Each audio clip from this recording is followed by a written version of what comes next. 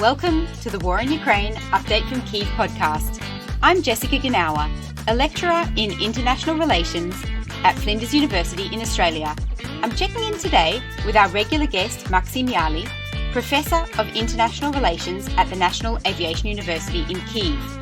I wanted to get Maksym's reaction today to the recent first evacuation of a part of the civilians who were sheltering in the Azovstal steel plant in Mariupol, and his response to the possible imminent fall of the city to complete control by Russian forces. I know that Mariupol has a special place in Maksym's heart, given that he grew up there.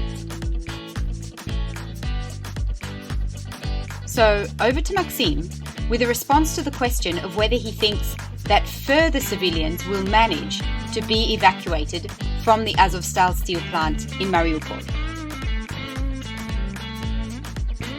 They should be, because only a small part of them managed to leave Azovstal, approximately 150 people in general during 2 or 3 days, last attempts. And due to the latest information from the Azov regiment, there are still a few hundred at least people.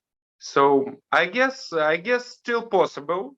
Some civilians, as I mentioned, could be evacuated. They still every day tries. This process will keep going on because for Ukrainian authorities, it's also very important to show some results. The problem is that even though Russians say they stop bombardments, shelling, they stop it only for a while and then restart it again. So it's obvious that it's more and more difficult to get there, to evacuate. Well, probably, I guess, there will be such small evacuations of tens of people, just 20, 30 is usually like during last days. And Russians are also interested in it for propaganda. They make pieces, they make videos, they ask people to give some interview, especially those who decide to go to Russia. Of course, it's obvious that they are hostages and they say everything they are told. It already was obvious last video when two person, wife and the husband, were telling contradicting things sitting together in one video, so it was obvious that it was prepared beforehand. But the problem, I would say, of these propagandists that they are not professional and they're trying to do it as quick as possible, so even confuse the legends. Then it's like this. It's very easy to understand, even not for a professional, that it was a setup, taking into account that people who are left in Mariupol don't have any alternative sources. They have no internet connection. These rumors spread by Russian propagandists is the only source of information. And unfortunately, step by step, more and more people believe in it. And that's the goal of Kremlin and authorities, local authorities, collaborators, I would say, who work there, represent so-called local authorities, local power. Mm-hmm. And talking of the propaganda, just going back to that video that you mentioned, can you say a little bit more about that? Like, what was the difference in the story between the man and the woman in the couple? So the woman was telling, they were both asked, and it's usual thing, and one of the key statements, I would say, of propaganda, that Ukrainian armed forces didn't let civilians to evacuate, to leave the city since the beginning of besiege. And woman told that Ukrainian armed forces didn't block evacuation. They let people go, civilians. They just said that it's too dangerous and it's up to you, because there were constantly bombardments, shelling, and it was really risky and dangerous for life to leave, especially for civilians. But the man, her husband, who was just sitting next to her, said, yes, they didn't let us out. They forbade us. So this obvious contradiction shows that they were given different instructions. So at least the man was given what to tell, and the woman wasn't prepared. So it was a mistake of those who worked with them, who were responsible for that propaganda video. I then asked Maksym a somewhat difficult question, whether it is only a matter of time until Mariupol falls completely under control of Russian forces. Back to Maksym with his response. Well, it's obvious already, actually. Of course, you and I don't write it, and I don't say it not to undermine the belief, but it is obvious that by the 9th of May, to make a parade there, military parade, they're already preparing. That's the only goal they can achieve.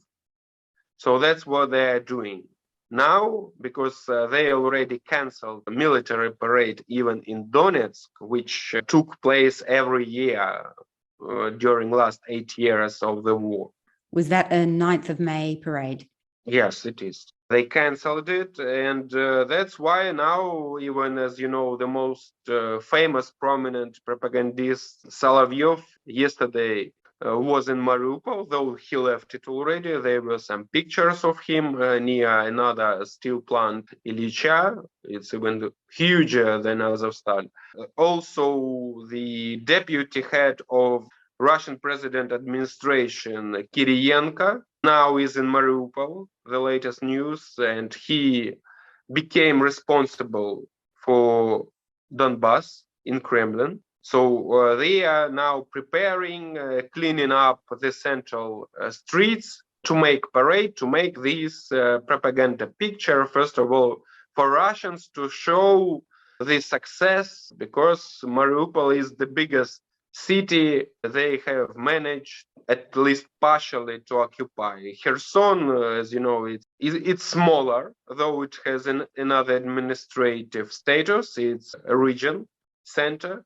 Mariupol is not, unfortunately, because it was too close to Donetsk, just 100 kilometers away.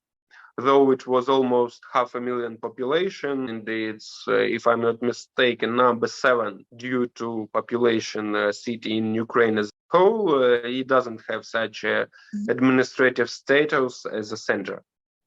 So the fights keep going on every day. Bombardments, shelling from the ships, from all kind of weapons they have. So I guess they will try their best to kill everybody there. And I mean, it seems though in the Azovstal steel plant, if a lot of the tunnels are quite far underground, that it would be challenging to really reach everybody. It doesn't seem like a pleasant possibility to have to live underground for a long period of time, but it also seems there's a potential for an ongoing stalemate to some extent, because, you know, it would be hard to actually access those people that are still underground in the tunnels living. Yes, if to make parallels with, for example, Second World War and Odessa, there were huge tunnels under the city, and Soviet guerrillas kept fighting until it was deoccupied by Soviet troops. So for a few years they managed. But the problem was that the tunnels had exits outside.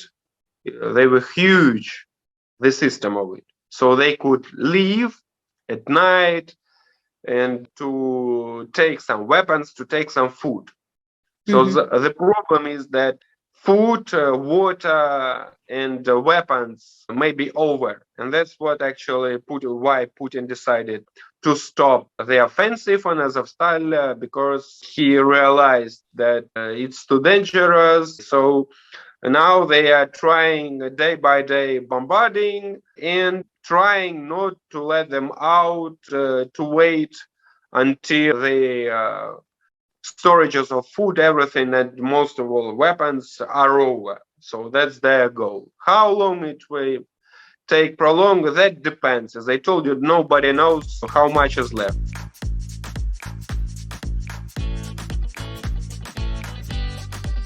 Thanks, Maksym. Appreciate that update. You're welcome, Jessica.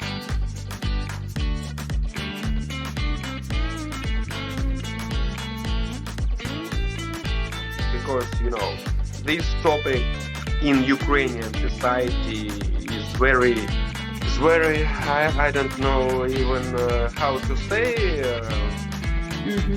I guess this story will have a long way and perspective.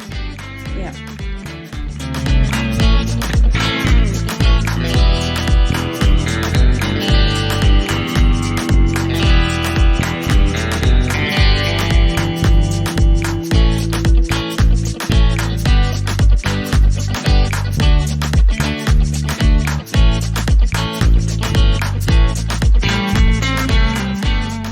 You've been listening to the Update from Kyiv podcast. Thanks to Mr. Smith for our theme music. See you next episode.